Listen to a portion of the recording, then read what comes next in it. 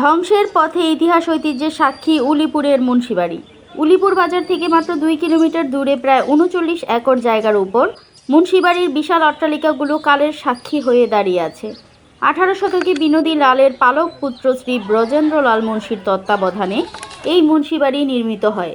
মূল ভবনে আছে শয়নকক্ষ, ডাইনিং হল, রান্নাঘর, অঙ্কন কক্ষ, বিশ্রামঘর এবং অতিথিশালা। মূল বাড়ির পিছনের দিকে শিব মন্দির, উন্মুক্ত দোলমঞ্চ, তুলসী বেদি, নাট মন্দির, দুর্গা মন্দির ও কূপসহ স্নানাগার রয়েছে। এছাড়া মূল ফটকের পাশে আছে কাঁঠালি চাপা ফুলের গাছ এবং শান বাঁধানো পুকুর ঘাট। ইতিহাস থেকে জানা যায়, কাশিম বাজারের সপ্তম জমিদার কৃষ্ণনাথ নদীর মৃত্যুর পর তার স্ত্রী মহারানী স্বর্ণময়ী দেবীর অধীনে হিসাব রক্ষকের কাজ করত বিনোদীলাল নামের এক মুনসেফ বা মুন্সি। কথিত আছে, একদিন বিনোদীলাল মুন্সি শিকার করতে গিয়ে একটি ব্যাঙের সাপ ধরে খাওয়ার দৃশ্য দেখতে পান।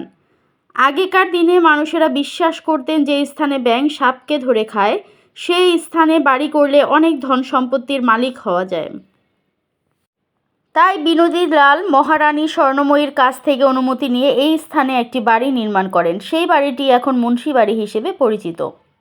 এরপর 1971 সালে মুক্তিযুদ্ধের সময় মুন্সিলালের বংশধররা কলকাতায় চলে গেলে বেশ কয়েকবার বাড়ির মালিকানা বদল হয়ে বর্তমানে উলিপুর মুন্সিবাড়ি বাংলাদেশ প্রত্নতত্ত্ব অধিদপ্তরের তত্ত্বাবধানে সংরক্ষিত পুরাকৃতি হিসেবে নিবন্ধিত আছে। পিটিসি বর্তমানে যথাযথ সংস্কারের অভাবে বেহাল দশা হয়েছে ভবনটির। প্রয়োজনীয় সংস্কার করা না হলে ঐতিহ্যবাহী মুন্সিবাড়িটি হয়তো স্মৃতির অন্তরালেই চলে যাবে। তাই এই ঐতিহ্যকে টিকিয়ে রাখতে প্রয়োজনীয় সংস্কারের দাবি এলাকাবাসীদের। দৈনিক আজকের বাংলা .net